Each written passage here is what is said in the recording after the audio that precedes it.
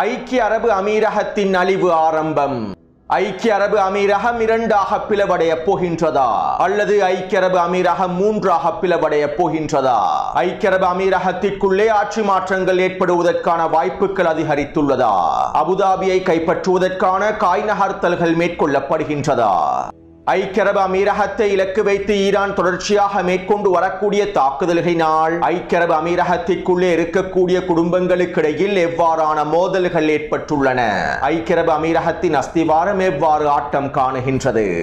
அவசரமாக ஐக்கிய அரபு அமீரகத்தை விட்டு வெளியேறும் முதலீட்டு நிறுவனங்களும் பில்லியன் ட்ரில்லியன் டாலர்களும் இதனால் ஏற்பட போகும் பாதிப்புகளும். தற்போது ஏன் ஐக்கிய அரபு அமீரகம் சிதைக்கப்பட வேண்டும்? ஐக்கிய அரபு அமீரகம் ஏன் பிளவடைய வேண்டும்? ஐக்கிய அரபு அமீரகத்தினுடைய ஆதிக்கம் ஏன் முடிவுக்கு கொண்டு வரப்பட வேண்டும்? Subscribe now and press the bell icon.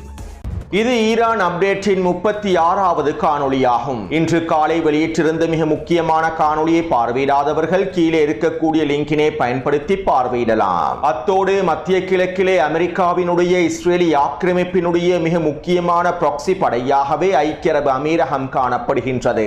Abraham உடன்படிக்கையில் இணைந்து கொண்டிருக்கக்கூடிய ஐக்கிய அரபு அமீரகம் மத்திய கிழக்கிலே இருக்கக்கூடிய பல நாடுகளை சிதைப்பதற்காகவும் பல நாடுகளுக்குள்ளே உள்நாட்டு போரை ஏற்படுத்துவதற்காகவும் பிரிவினை மற்றும் பயங்கரவாதத்தை விதைப்பதற்காகவும் அந்த நாடுகளுடைய பொருளாதாரத்தை சிதைத்து அந்த நாடுகளை பலவீனமாக மாற்றுவதற்காகவும் ஜியோனிச நலன்களுக்காக சேவை செய்யக்கூடிய நாடுகளாக மாற்றுவதற்காகவும் மத்திய கிழக்கிலும் ஆப்பிரிக்காவிலும் ஜியோனிச நலன்களை விரிவாக்குவதற்காகவும் ஐக்கிய அரபு அமீரகம் அமெரிக்காவினாலும் இஸ்ரேலி ஆக்கிரமிப்பினாலும் ஒரு கருவியாக பயன்படுத்தப்படுகின்றது. மத்திய கிழக்கிலே ஜியோனிசத்தின் மிக முக்கியமான கருவியாகவே ஐக்கிய அரபு அமீரகம் பயன்படுத்தப்படுகின்றது. 2010ஆம் ஆண்டுகளில் இருந்து ஐக்கிய அரபு அமீரகம் ஜியோனிசத்தினுடைய மிக முக்கியமான அடிமையாகவும் முதன்மை அடிமையாகவுமே செயற்படுகின்றது. இதனால் ஐக்கிய அரபு அமீரகத்தை ஜியோனிச அமீரகம் என்று அழைக்கலாம். காசாவிலே பலஸ்தீனிய மக்கள் இனப்படுகொலை செய்யப்படுவதற்கு இஸ்ரேலி ஆக்கிரமிப்பும் அமெரிக்காவும் எவ்வளவு காரணமாக இருக்கின்றதோ அதே போன்று ஐக்கிய அரபு அமீரகமும் மிக முக்கியமான காரணமாக இருக்கின்றது. பலஸ்தீனிய மக்களுடைய இனப்படுகொலைகளுக்கு பின்னால் ஐக்கிய அரபு அமீரகத்தினுடைய பங்கு காணப்படுகின்றது. காசாவிலே பலஸ்தீனிய மக்களுக்கு எதிராகவும் பலஸ்தீனிய போராளிகளுக்கு எதிராகவும் பல வேலை திட்டங்களையும் ஐக்கிய அரபு அமீரகம் திட்டமிட்டு மேற்கொள்கின்றது. பலஸ்தீனிய மக்களுக்கு எதிரான தாக்குதல்களை மேற்கொள்வதற்கும் பலஸ்தீனிய மக்களுடைய சொத்துக்களை கொள்ளையடிப்பதற்கும் ஆயுத குழுக்கள் கூட ஐக்கிய அரபு அமீரகத்தின் வழிகாட்டுதலுக்கு அமைவாக நிதி உதவிகளுக்கு அமைவாகவே உருவாக்கப்படுகின்றன.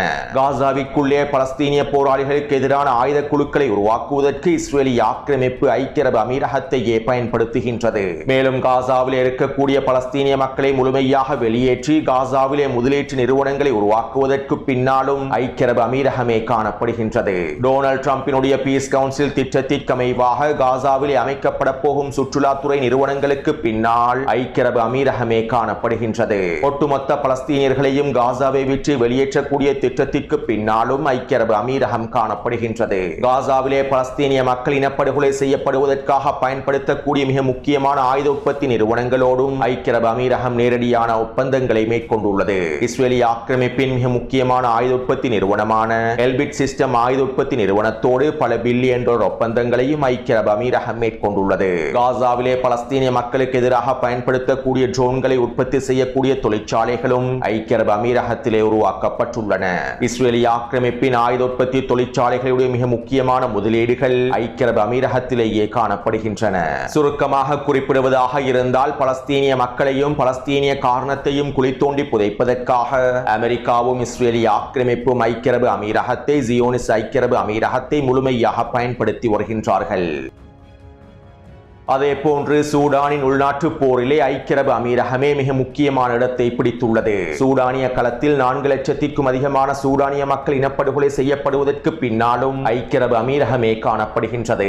சூடான் பலமடைந்த நாடாக மாறுவது பலமடைந்த இராணுவத்தை கொண்டிருப்பது இஸ்ரேலி ஆக்கிரமிப்புக்கு மிகப்பெரிய சவாலானதாகும். சூடான் முழுமையாக பலமடைந்து விட்டால் எகிப்து முழுமையாக பலமடைந்துவிடும். ஆப்பிரிக்காவின் கொம்பிலே இருக்கக்கூடிய மிக முக்கியமான நாடுகளும் பலமடைந்துவிடும். இவ்வாறு இந்த நாடுகள் பல பலமடைவது இஸ்ரேலினுடைய எதிர்காலத்திற்கு, இஸ்ரேலினுடைய இருப்புக்கு மிகப்பெரிய சவாலாகும். எனவே இஸ்ரேலின் இருப்பை பாதுகாக்க வேண்டுமாக இருந்தால், இஸ்ரேலின் எதிர்காலத்தை பாதுகாக்க வேண்டுமாக இருந்தால் சூடானுக்குள்ளே உள்நாட்டு போரை ஏற்படுத்த வேண்டும். சூடானிய களத்தை சிதைக்க வேண்டும். சூடானிய இராணுவத்தை சிதைக்க வேண்டும். இதற்கமைவாகவே ஐக்கிய அரபு அமீரகம் சூடானுக்குள் உள்நாட்டு போரை ஏற்படுத்தியது.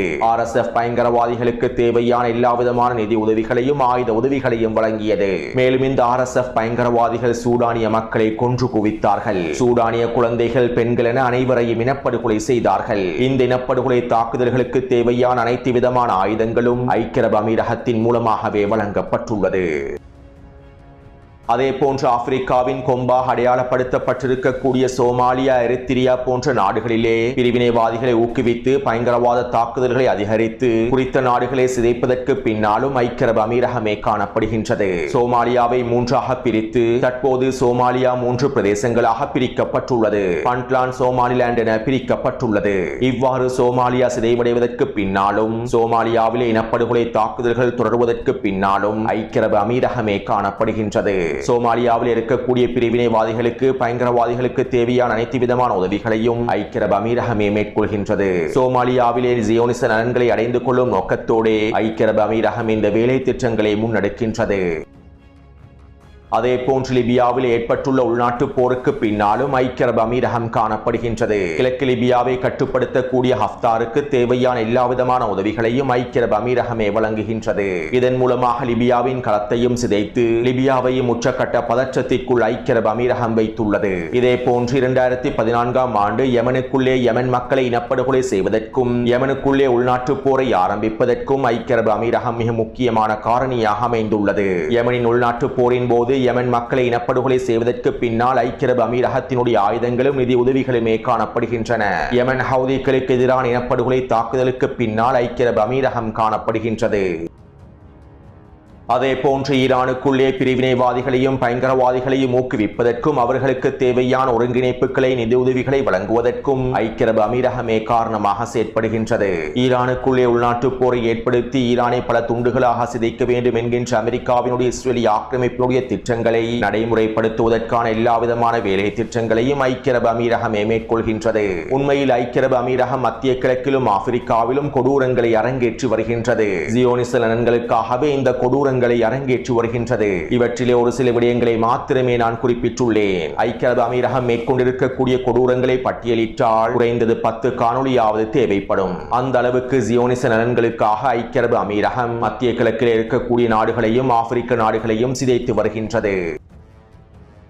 எனவே தற்போது ஈரான் ஐக்கிய அரபு அமீரகத்தை பொளந்து கட்டுவதற்கும், ஐக்கிய அரபு அமீரகத்தை சிதைப்பதற்கும் பின்னால் இருக்கக்கூடிய காரணமும் இதுதான். மத்திய கிழக்கிலே இஸ்ரேலிய ஆக்கிரமிப்பினுடைய இருப்புக்கு மிக முக்கியமான தூணாக செயற்படக்கூடிய ஐக்கிய அரபு அமீரகத்தை சிதைத்தால் தான் இஸ்ரேலிய ஆக்கிரமிப்பை பலவீனப்படுத்த முடியும். ஐக்கிய அரபு அமீரகத்தினுடைய ஆதிக்கம் முழுமையாக முடிவுக்கு கொண்டு வரப்படுவது இஸ்ரேலிய ஆக்கிரமிப்புக்கு மிகப்பெரிய சவாலானதாகவே மாறிவிடும். அதே போன்றுதான் மத்திய கிழக்கு பிராந்தியத்திலிருந்து அமெரிக்க தளங்களை முழுமையாக வெளியேற்ற வேண்டும். மத்திய கிழக்கு பிராந்தியத்திலிருந்து அமெரிக்காவை முழுமையாக வெளியேற்ற வேண்டும். இவ்வாறு மத்திய கிழக்கு பிராந்தியத்திலிருந்து அடிமை அரபு நாடுகளிலிருந்து அமெரிக்க தளங்களை, அமெரிக்காவின் நலன்களை முழுமையாக வெளியேற்றாமல் இஸ்ரேலிய ஆக்கிரமிப்பை பலவீனப்படுத்த முடியாது. பலஸ்தீனிய மக்களுடைய உரிமைகளை கூட மீட்டெடுக்க முடியாது. பலஸ்தீனிய காரணத்தினை வலுப்படுத்த முடியாது. இஸ்ரேலிய ஆக்கிரமிப்பை முழுமையாக துடைத்தெறிய முடியாது. பலஸ்தீனிய மக்களுடைய உரிமைகள் முழுமையாக மீட்டெடுக்கப்பட வேண்டுமாக இருந்தால், இஸ்ரேலிய ஆக்கிரமிப்பை முழுமையாக வெளியேற்ற வேண்டுமாக இருந்தால், முதலில் மத்திய கிழக்கில் இருக்கக்கூடிய அமெரிக்க தளங்களையும் அமெரிக்க நலன்களையும் முழுமையாக வெளியேற்ற வேண்டும். மத்திய கிழக்கில் இருந்து அமெரிக்காவினுடைய ஆதிக்கம் முழுமையாக வெளியேற்றப்பட்டு விட்டால் அதற்கு பிறகு இஸ்ரேலிய ஆக்கிரமிப்பு வெறும் டம்மி பீஸாகவே மாறிவிடும். மத்திய கிழக்கிலே அமெரிக்காவினுடைய ஆதிக்கம் முடிவுக்கு கொண்டு வரப்பட்டால் அது இஸ்ரேலிய ஆக்கிரமிப்பின் அஸ்திவாரத்தையே சிதைத்துவிடும். மத்திய கிழக்கு பிராந்தியத்தில் அமெரிக்காவின் ஆதிக்கம் முடிவுக்கு கொண்டு வரப்பட்டால் அது இஸ்ரேலிய ஆக்கிரமிப்பின் இருப்பையே கேள்விக்குறியாக்கிவிடும். எனவே தற்போது மத்திய கிழக்கு பிராந்தியத்தில் இஸ்ரேலிய ஆக்கிரமிப்பு நிலைத்திருப்பதற்கு அதன் அஸ்திவாரமாக அமெரிக்க நலன்களும் அமெரிக்காவினுடைய ஆதிக்கமும் அமெரிக்க இராணுவ கட்டளை தளங்களுமே காணப்படுகின்றன. மேலும் இஸ்ரேலிய ஆக்கிரமிப்பின் இருப்புக்கான தூணாக ஐக்கிய அரபு அமீரகமும் இன்னும் ஏனைய சிறிய தூண்களாக அடிமை அரபு நாடுகளும் காணப்படுகின்றன. எனவே சுருக்கமாக குறிப்பிடுவதாக இருந்தால், ஒட்டுமொத்த பலஸ்தீனிய நிலங்களையும் முழுமையாக மீட்டெடுப்பதற்கு இஸ்ரேலிய ஆக்கிரமிப்பின் இந்த தூண்களை முழுமையாக உடைக்க வேண்டும். அதே போன்று இஸ்ரேலிய ஆக்கிரமிப்பின் அஸ்திவாரத்தை சிதைக்க வேண்டும். வேண்டும். இஸ்ரேலிய ஆக்கிரமிப்பின் முக்கிய தூணாக இருக்கக்கூடிய ஐக்கிய அரபு அமீரகத்தையும் அஸ்திவாரமாக இருக்கக்கூடிய அமெரிக்காவினுடைய ஆதிக்கத்தையும் முடிவுக்கு கொண்டு வர வேண்டும். இல்லாமல் பலஸ்தீனிய காரணத்தில் எந்தவிதமான வெற்றி இலக்குகளையும் அடைந்து கொள்ளவே முடியாது. மேலும் மத்திய கிழக்கு பிராந்தியத்தினை பாதுகாக்கவும் முடியாது. பலஸ்தீனிய போராளிகளையும் எதிர்ப்பற்றுக்களையும் ஈரானினுடைய விரிவாக்கத்தையும் பாதுகாக்கவே முடியாது. எனவே பலஸ்தீனிய காரணத்தையும் பலஸ்தீனிய போராளிகளையும் எதிர்ப்பற்றுக்களையும் ஈரானினுடைய அடுத்த கட்ட நகர்வுகளையும் பாதுகாக்க வேண்டுமாக இருந்தால் இஸ்ரேலிய ஆக்கிரமிப்பின் முக்கிய தூணாக இருக்கக்கூடிய ஐக்கிய அரபு அமீரகமும் அஸ்திவாரமாக இருக்கக்கூடிய அமெரிக்காவின் ஆதிக்கத்தையும் முடிவுக்கு கொண்டு வர வேண்டும். மேலும் தற்போது இதைத்தான் ஈரான் செய்து வருகின்றது. உலகிலேயே மிகவும் பாதுகாப்பான நாடாக இருந்த ஐக்கிய அரபு அமீரகம் இன்று பாதுகாப்பற்ற பிரதேசமாக மாறிவிட்டது. தியாகி இமாம் அலி கமேனி அவர்கள் மூட்டியிருக்கக்கூடிய தீ இதன் அஸ்திவாரத்தையும் தூண்களையும் தீக்கிரையாக்கக்கூடிய தீயாகும். அத்தோடு இந்த போரானது தற்போது அடுத்த கட்டத்தை நோக்கி நகர்ந்து வருகின்றது. தியாகி இமாம் அலி கமேனி அவர்கள் மூட்டியிருக்கக்கூடிய தீயானது அடுத்த கட்டத்தை நோக்கி நகர்கின்றது. மேலும் இதன் விளைவுகளால் தற்போது ஐக்கிய அரபு அமீரகம் மிகப்பெரிய இழப்புகளையும் சந்தித்து வருகின்றது. இஸ்ரேலிய ஆக்கிரமிப்பினுடைய ஆக்கிரமிப்பினுடைய தூண்கள் இஸ்ரேலிய ஆக்கிரமிப்பின் ஜியோனிஸ் ஆக்கிரமிப்பின் தூண்கள் சிதைவடைந்து வருகின்றன. இதன் ஆரம்பமாக தற்போது ஐக்கிய அரபு அமீரகத்தில் இருக்கக்கூடிய மிக முக்கியமான குடும்பங்களுக்கிடையில் மோதல்கள் விரிவடைந்துள்ளன. கடந்த வாரம் துபாயில் இருக்கக்கூடிய மிக முக்கியமான குடும்பங்களில் ஒன்றான அல் ஹஃப்தார் குடும்பம் டொனால்ட் ட்ரம்புக்கு எதிரான கருத்துக்களை வெளியிட்டிருந்தார்கள். துபாயை இலக்கு வைத்து மேற்கொள்ளப்படக்கூடிய தாக்குதல்களை தடுத்து நிறுத்துவதற்கு அமெரிக்காவினால் எதுவும் மேற்கொள்ள முடியவில்லை என்றும் விமர்சனங்களை முன்வைத்திருந்தார்கள். அதே போன்று அபுதாபியை ஆட்சி செய்யக்கூடிய அல் நஹ்யான் குடும்பத்தை சேர்ந்த மிக முக்கியமான தொழிலதிபர்களும் டொனால்ட் ட்ரம்புக்கு எதிரான அமெரிக்காவுக்கு எதிரான கருத்துக்களை வெளியிட்டிருந்தார்கள். நாங்கள் டொனால்ட் ட்ரம்புக்கு பல ட்ரில்லியன் டாலர்களை வழங்கினோம். மத்திய கிழக்கிலே அமைதியை ஏற்படுத்துவதற்காகவே இவற்றை மேற்கொண்டோம். ஆனால் இன்று நாங்கள் வழங்கியிருக்கக்கூடிய ட்ரில்லியன் டாலர்களே எங்களுக்கு எதிரான போரை உருவாக்கிவிட்டதாக எண்ணுகின்றோம். மேலும் இதனை நாங்கள் எதிர்பார்க்கவில்லை. டொனால்ட் ட்ரம்ப் எங்களை இவ்வாறு கைவிடுவார் என்று நாங்கள் எதிர்பார்க்கவில்லை என அல் நஹ்யான் குடும்பத்தை சேர்ந்த மிக முக்கியமான தொழிலதிபர்களும் கருத்துக்களை வெளியிட்டு விமர்சனங்களை முன்வைத்திருந்தார்கள். அத்தோடு ஈரானிய தாக்குதல்களுடைய வீரியம் அதிகரித்ததற்கு பின்பு துபாய் மற்றும் அபுதாபியினுடைய ஸ்திரத்தன்மை நிலை குலைந்ததற்கு பின்பு பாதுகாப்பற்ற பிரதேசமாக துபாயும் அபுதாபியும் மாறியதற்கு பின்பு பொருளாதார ரீதியாக மிகப்பெரிய முற்றுகைக்கு தள்ளப்பட்டதற்கு பின்பு அபுதாபியின் ஆட்சியாளர் முகமது பின் ஜைதின் குடும்பமான அல் நஹ்யான் குடும்பத்திற்கும் துபாயின் ஆட்சியாளர் முகமது பின் ரஷீதின் குடும்பமான அல் மக்தூம் குடும்பத்திற்கும் இடையில் மோதல்கள் ஏற்பட்டுள்ளன. அல் நஹ்யான் குடும்பத்திற்கும் அல் மக்தூம் குடும்பத்திற்கும் இடையில் மோதல்கள் விரிவடைந்துள்ளன. ஈரானின் தொடர்ச்சியான தாக்குதல்களின் விளைவாக துபாயினுடைய பொருளாதாரம் சிக்கலுக்குள் தள்ளப்பட்டுள்ளது. பாதுகாப்பற்ற பிரதேசமாக துபாய் மாறிவிட்டது. மேலும் துபாய் விமான நிலையங்கள் கூட முழுமையாக இழுத்து மூடப்பட்டுள்ளன. துபாயினுடைய சுற்றுலாத்துறையானது பூஜ்யமாக்கப்பட்டு விட்டது. துபாயினுடைய பல முக்கியமான பிரதேசங்கள் பேய் நகரங்களாக மாறி வருகின்றன. யாருமே இல்லாத பேய் நகரங்களாக மாறி வருகின்றன. இதனால் தற்போது துபாயில் இருக்கக்கூடிய முதலீட்டு நிறுவனங்கள் வெளியேறி வருகின்றன. கடந்த 2 வாரத்திற்குள் மாத்திரம் துபாயிலிருந்து 67 நிறுவனங்கள் முதலீட்டு நிறுவனங்கள் துபாயை விட்டு வெளியேறி இருப்பதாக தெரிவிக்கப்படுகின்றது. அதே போன்று அல் நஹ்யான் குடும்பத்தை சேர்ந்த தொழிலதிபர்களும் துபாயிலே இருக்கக்கூடிய முதலீடுகளை திரும்ப பெற்று வருகின்றார்கள். இதைத் தொடர்ந்து துபாயில் இருக்கக்கூடிய அல் மக்தூம் குடும்பத்தின் தொழிலதிபர்கள் அபுதாபியில் இருக்கக்கூடிய முதலீடுகளை திரும்ப பெற்று வருகின்றார்கள். துபாய் ஆட்சியாளரின் குடும்பமான அல் மக்தூம் குடும்பத்தை பலவீனப்படுத்துவதற்கு அபுதாபியின் ஆட்சியாளரான அல் நஹ்யான் குடும்பத்தின் தொழிலதிபர்கள் முயற்சி செய்கின்றார்கள். அதே போன்று அல் நஹ்யான் குடும்பத்தின் தொழிலதிபர்களை பலவீனப்படுத்துவதற்கு துபாய் ஆட்சியாளரின் குடும்பமான அல் மக்தூம் குடும்பத்தின் தொழிலதிபர்கள் முயற்சி செய்கின்றார்கள். இதனால் 2 குடும்பங்களுக்கு இடையில் மோதல்கள் உச்சக்கட்டத்தை அடைந்துள்ளன. துபாயை விற்றும் அபுதாபியை விற்றும் அதிகளவான முதலீட்டு நிறுவனங்கள் வெளியேறுவதனால் இந்த குடும்பங்களிலே இருக்கக்கூடிய தொழிலதிபர்களுக்கு இடையிலான மோதல்களும் விரிவடைந்துள்ளன.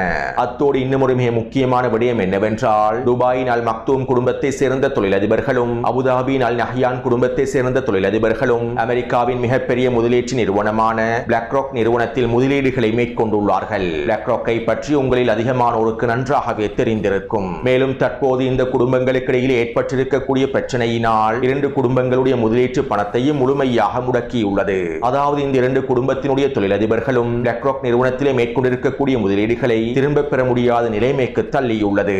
தற்போதைய சூழ்நிலையில் இந்த குடும்பத்தினுடைய தொழிலதிபர்கள் இந்த முதலீடுகளை திரும்ப பெற்றுவிட்டால் அது BlackRock நிறுவனத்திற்கு மிகப்பெரிய சிக்கலாக மாறிவிடும் என்பதனால் இந்த முடிவுகளை BlackRock ரிப்போர்ட் நிறுவனம் எடுத்துள்ளது. இதன் விளைவாகவும் 2 குடும்பத்தை சேர்ந்த தொழிலதிபர்களும் அடித்துக் கொள்கின்றார்கள். மேலும் இந்த 2 குடும்பத்திலும் இருக்கக்கூடிய தொழிலதிபர்களில் யாரை முதலில் பாதுகாக்க வேண்டும் என்கின்ற பிரச்சனையும் தற்போது மிகப்பெரிய பிரச்சனையாக மாறியுள்ளது. அதே போன்று ஐக்கிய அரபு அமீரகத்தின் ஷார்ஜா பிரதேசத்தினை ஆட்சி செய்யக்கூடிய குடும்பமாக அல் காசிமி குடும்பம் காணப்படுகின்றது. மேலும் இந்த அல் காசிமி குடும்பம் இஸ்ரேலி ஆக்கிரமிப்புடனான இயல்பாக்கத்தை முழுமையாக வெறுத்தது. ஐக்கிய அரபு அமீரகத்தினுடைய ஜனாதிபதி மற்றும் அரசியல் அதிகார பதவிகள் அனைத்தும் அபுதாபியில் இருக்கக்கூடிய அல் நஹ்யான் குடும்பத்திடமே காணப்படுகின்றது. மேலும் அமீரகத்தின் நிதி நிறுவனங்கள் முதலீட்டு நிறுவனங்கள் அனைத்தும் துபாயின் அல் மக்தூமி குடும்பத்திடமே காணப்படுகின்றது. மேலும் இந்த 2 குடும்பங்களும் இஸ்ரேலி ஆக்கிரமிப்போடு ஏற்படுத்தி இருக்கக்கூடிய இயல்பாக்கத்தினை ஷார்ஜாவில் இருக்கக்கூடிய அல் காசிமி குடும்பம் விரும்பவில்லை. மேலும் இஸ்ரேலி ஆக்கிரமிப்புக்கு எதிரான நேரடியான விமர்சனங்களையும் அல் காசிமி குடும்பத்தினர் முன்வைத்து வருகின்றார்கள். இஸ்ரேலி ஆக்கிரமிப்போடு இயல்பாக்கத்தை ஏற்படுத்துவதற்காக உருவாக்கப்பட்ட சந்தர்ப்பங்களை அல் காசிமி குடும்பத்தினர் உடைத்தெறிந்துள்ளார்கள். இப்படியான நிலைமையிலேயே தற்போது ஷார்ஜாவினுடைய அல் காசிமி குடும்பத்தினரும் இந்த 2 குடும்பங்களோடு மோதலில் ஈடுபட்டுள்ளார்கள். இஸ்ரேலி ஆக்கிரமிப்போடு இயல்பாக்கத்தினை ஏற்படுத்தியதன் விளைவாகத்தான் தற்போது ஐக்கிய அரபு அமீரகம் இந்த நிலைமையை அடைந்துள்ளது என அல் காசிமி குடும்பத்தினுடைய ஆட்சியாளர்கள் வெளிப்படையாக அறிவித்துள்ளார்கள். அத்தோடு இங்கிருக்கக்கூடிய இன்னும் ஒரு மிக முக்கியமான விடயம் என்னவென்றால் ஈரான் மேற்கொள்ளக்கூடிய ஏவுகணை தாக்குதல்களில் சில தந்திரங்களையும் பின்பற்றுகின்றது. அதாவது ஐக்கிய அரபு அமீரகத்தின் ஷார்ஜா குடும்பத்தை சேர்ந்த அல் காசிமி குடும்பத்தை சேர்ந்த முதலீட்டு நிறுவனங்களுக்கு எதிராக ஈரான் ஏவுகணை தாக்குதல்களையோ ட்ரோன் தாக்குதல்களையோ மேற்கொள்வதில்லை. அல் நஹ்யான் குடும்பத்தினுடைய முதலீட்டு நிறுவனங்களுக்கு எதிராகவும் துபாயில் இருக்கக்கூடிய அல் மக்தூம் குடும்பத்தினுடைய முதலீட்டு நிறுவனங்களுக்கு எதிராகவுமே தாக்குதல்களை மேற்கொள்கின்றது. ஏனென்றால் குறித்த குடும்பங்களுக்கு இடையிலான பலவீனத்தை ஈரான் முழுமையாக புரிந்து வைத்துள்ளது. மேலும் இதற்கமைவாகவே ஐக்கிய அரபு அமீரகத்தினுடைய அஸ்திவாரத்தை சிதைப்பதற்கும் ஈரான் இந்த தாக்குதல்களை பயன்படுத்துகின்றது. சாதாரணமாக வெளியிலிருந்து பார்ப்பதற்கு ஐக்கிய அரபு அமீரகத்திற்கு எதிராக ஈரானினுடைய ட்ரோன் தாக்குதல்கள் ஏவுகணை தாக்குதல்கள் என்றே நீங்கள் பார்க்கலாம். ஆனால் உண்மையில் ஈரான் ஐக்கிய அரபு அமீரகத்தின் அஸ்திவாரத்தை சிதைப்பதற்கான தாக்குதல்களையே மேற்கொள்கின்றது. ஈரான் மேற்கொள்ளக்கூடிய ஒவ்வொரு தாக்குதலுக்கு பின்னாலும் அபுதாபி மற்றும் துபாயில் இருக்கக்கூடிய குடும்பங்கள் மோதிக்கொள்கின்றார்கள். தொழிலதிபர்கள் அடித்துக் கொள்கின்றார்கள். இந்த குடும்பங்களுடைய அஸ்திவாரம் அமீரகத்தினுடைய அஸ்திவாரம் சிதைக்கப்படுகின்றது. எனவே தற்போது ஐக்கிய அரபு அமீரகம் மிகப்பெரிய இழப்புகளை சந்தித்து வருகின்றது. மிகப்பெரிய குடும்ப மோதலை எதிர்நோக்கி வருகின்றது. ஐக்கிய அரபு அமீரக ஜியோனிச ஆட்சியாளர்கள் அவர்களுடைய எந்த பொருளாதார பலத்தை பயன்படுத்தி பலஸ்தீனிய மக்களுடைய இனப்படுகொலைகளுக்கு காரணமாக இருந்தார்களோ, சூடான் மற்றும் ஆப்பிரிக்க நாடுகளில் இருக்கக்கூடிய மக்களின் இனப்படுகொலைகளுக்கு காரணமாக இருந்தார்களோ, தற்போது அதே பொருளாதாரம் அவர்களை சிதைத்து வருகின்றது. இனப்படுகொலை செய்யப்பட்ட பலஸ்தீனிய மக்களுடைய, சூடானிய மக்களுடைய, யமன் மக்களுடைய மற்றும் இன்னும் ஏனைய ஆப்பிரிக்க மக்களுடைய பிரார்த்தனைகள் ஒரு பொழுதும் வீண் போகாது. எனவே தற்போது ஐக்கிய அரபு அமீரகத்தின் அஸ்திவாரம் ஆட்டம் காண ஆரம்பித்துள்ளது. ஐக்கிய அரபு அமீரகத்தினுடைய குடும்பங்களுக்கு இடையிலான மோதலானது ஐக்கிய அரபு அமீரகத்தை மிகப்பெரிய தோல்வியை நோக்கி நகர்த்துகின்றது.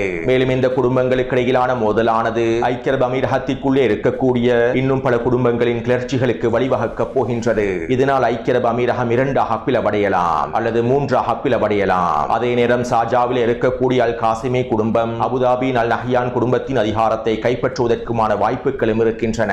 நிச்சயமாக இந்த குடும்பங்களுக்கு இடையிலான மோதல் ஐக்கிய அரபு அமீரகத்தில் மிகப்பெரிய கிளர்ச்சிகளையும் புரட்சிகளையும் உருவாக்கப் போகின்றது. இதனால் ஜியோனிச ஆக்கிரமிப்பினுடைய தூணாக இருக்கக்கூடிய ஐக்கிய அரபு அமீரகம் சிதைக்கப்பட போகின்றது. மேலும் இது இஸ்ரேலி ஆக்கிரமிப்புக்கு மிகப்பெரிய சவாலாகவும் மாறப் போகின்றது. அத்தோடு இந்த போர் ஆரம்பிக்கப்பட்டதற்கு பின்பு சூடானிய களத்திலும் பல முன்னேற்றங்கள் ஏற்பட்டுள்ளன. இவை தொடர்பாக அடுத்த காணொளியில் பதிவிடுகின்றேன். மேலும் இந்த காணொளி தொடர்பான உங்களுடைய கருத்துக்களை பதிவிடுங்கள். தொடர்ந்து என்னுடன் இணைந்திருங்கள். நன்றி, வணக்கம்.